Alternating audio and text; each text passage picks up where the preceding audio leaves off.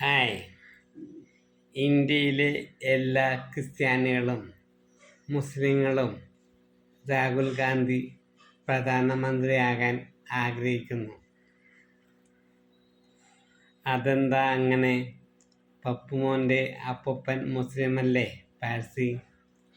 അമ്മ ക്രിസ്ത്യാനിയും ആയതുകൊണ്ടാണോ?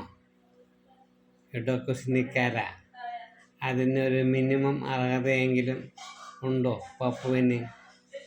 ഇവനെപ്പോലുള്ളവരാണ് കോൺഗ്രസിൻ്റെ ശാപം.